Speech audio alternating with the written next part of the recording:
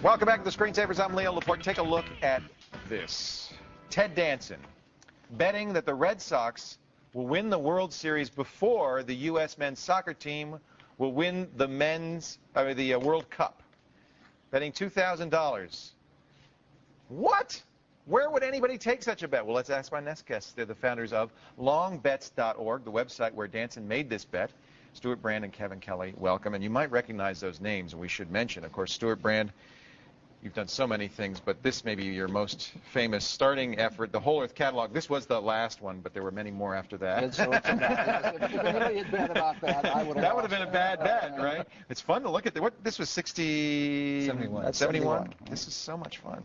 And Kevin Kelly, of course, co-founder of Wired Magazine, and both of you still very active. In fact, we've had you on the show before talking about your Clock of the Long Now. Is this kind of an extension of the Clock of the Long Now? Yeah, these are sort of bets of the long now. Bets of the long.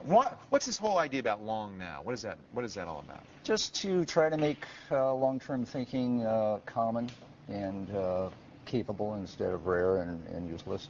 You think people think too short-term? Oh, yeah. We have a whole culture. Silicon Valley, this whole industry is based on what's happening the next quarter, what may happen the next year.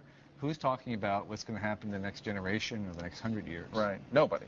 Nobody. Because we're not going to be here in 100 years. But somebody will. Your children or grandchildren. We have a bet about that. You think we might? Well, one of the bets is in the 2150, someone now alive will still be alive. Right. Oh, that's very interesting. I want to show you a couple of bets, and then we're going to talk about the rules. If you go to longbets.org and you click on the record, you'll see some of the big bets that are going on right now. For instance, this one is between Craig Mundy, who is CTO of Microsoft Corporation, and Eric Schmidt, what is Eric doing these days? Google. He's at Google. That's right. Yeah. He went from Novell to Google. Yeah. He's the CEO of Google. He's running Google, which is a pretty good job, better than Novell these days. They have a $2,000 bet that commercial passengers will routinely fly in pilotless planes by the year 2030. Winner's going, no way, I'm not doing it.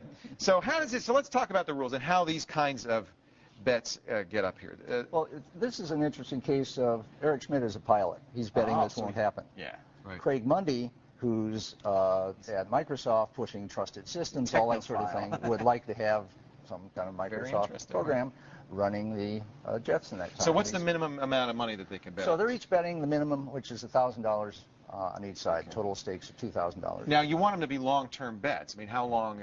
Minimum so far is 2 years, and that's not very long. The minimum allowed. The shortest one so far is 5 years. People are taking it seriously. Generally, most people are betting probably about 10, 15 years out. They want to be alive when they see the results. What's the longest term bet you got right now? Right now, 148 years. The 2150. Somebody will still be alive. Yeah. Somebody who was born in the year 2000 will still be alive in 2150. Someone alive in the year 2000. Alive? Yeah. Right. They might even say more than 150 years exactly. old. This bet actually could be won before 2150 in a way if someone gets to be 150 years old and say 2120. So that's really what the bet is. 30 years old now. That's really what the bet is. So that makes sense. Okay. The odds are even. You don't have 4-to-1 in favor, things like that. It's interesting when you make the odds even. It's just a requirement we made. Then when people are negotiating for a bet, they negotiate time. So somebody's put up about 10 years' time, something or other will happen, nobody takes it. Well, in 5 years' time. So that's where the odds come in. And people change the time threshold. So time becomes fungible in this thing. And if we're successful in making enough bets, there will be other people making parallel bets. And part of what happens there is that the ones that are unaccepted, in other words, if you had 10 people in line over here to take this side and only one person on this side, that suggests that there's almost a 10-to-1 odds for that bet. So you can go, if you go to the arena, there are many bets here that are not yet accepted. That's right. And if you have $1,000 that you're willing to take a chance on, or you feel strongly about some. Now, what kinds of bets? Any bet? I mean, can I bet on the winner of the Kentucky Derby in the year 2020?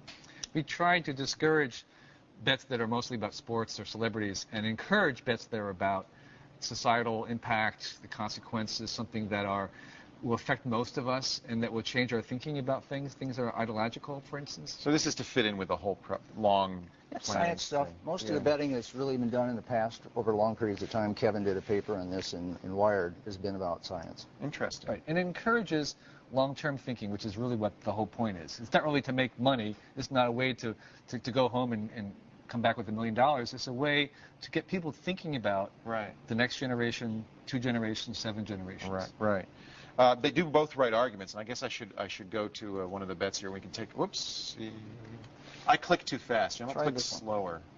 Sometimes I'm faster than the By internet. 2020, bioterror or bioerror will lead to 1 million casualties in a single event. By the way, nobody is betting against him on that, which is kind of a well, that's interesting in its own right. You know, sure. Whether or not this bet is taken, it's already telling you something. Yeah. A lot of people think that might be possible. Right. So he writes an argument, and these aren't really long arguments. Some are. Some go on for quite a ways. The Turing test argument goes on for yards of copy. And the argument is actually very important because that's actually what the bet's about. It's Right. not about a particular person. It's about the thought process, the logic behind it. And when we resolve these bets, one of these will win. One logic will win over another logic, and that's what we can learn over the long Well, term. and as a user, that's kind of the most interesting part, is to read the arguments. I mean, you're interested in, well, why does he think this is going to happen? Why doesn't she think this is going to happen? This Turing test, you're right, it goes, oh, man, is this me or is this you? I hope it's me. Another thing going on is you can see there's the Turing test. Right along.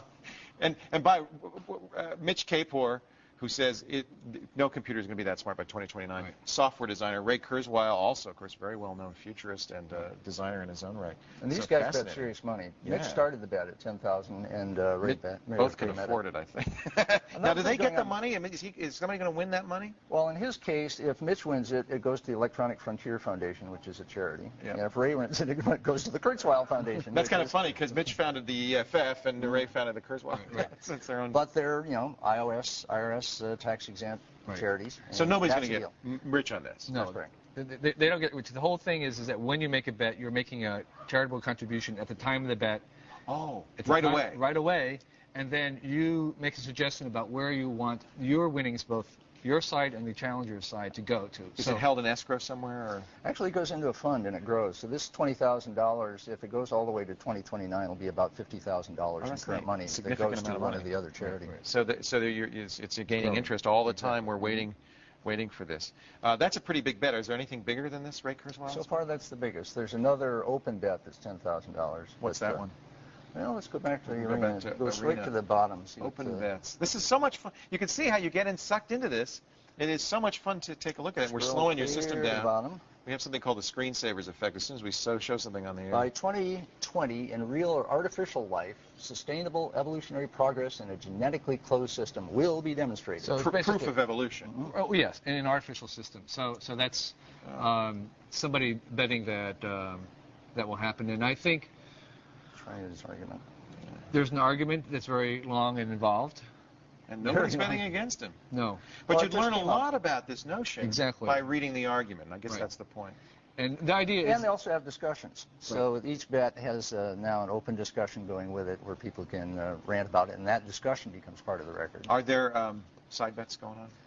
Well, we have what we call parallel bets, which is if you wanted to take the same bet. Oh, you could? You could do that. Oh, that's good. If you could find a partner. Soon. Also, we're adding voting to the site pretty soon. Right. That'll be very interesting. Exactly. So what's the response been to this?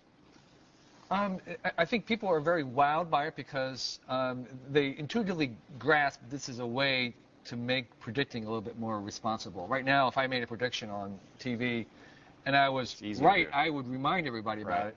If I was wrong, nobody's going to remember, so there's no pain. Well, Ray's a great one to get on there because Ray has made some wild predictions. Exactly. And 20 years from now, we may not remember, but this way it's on the record. Right. If the web lasts that long. But I don't want to make a bet. There will be no more web in 20 years. And this is great stuff. I'm fascinated by it. One other thing I just want to point out, folks, they don't use 4-year digits because, of course, when you get to the year 99, if you scroll over a little bit to the right there, you're going to run at it. You think we're going to get to the year 10,000? We? Not us, but maybe somebody. Human race. Will this calendar get there? This calendar may last that long. But the Y10K problem already exists. The Y10K problem. It's in Microsoft Excel. We ran into this working on the 10,000 clock. We couldn't calculate planetary orbits after. If I'd had to bet, I would have said that. Absolutely would have happened. It's been great to talk to you. Stewart and Kevin have always been visionaries, working in the future. Sometimes not so long term, but we're glad to have you back talking about this. This is a really cool site. It's our pleasure. Yeah, great to have you both. Great. If you want to bet on something, and I know a few of you have some long change you want to lose or win, head over to thescreensavers.com. We'll tell you a little bit more about the rules and how to be a good bettor. And do take a look at longbets.org because it's really food for thought. If nothing else, just a fascinating read.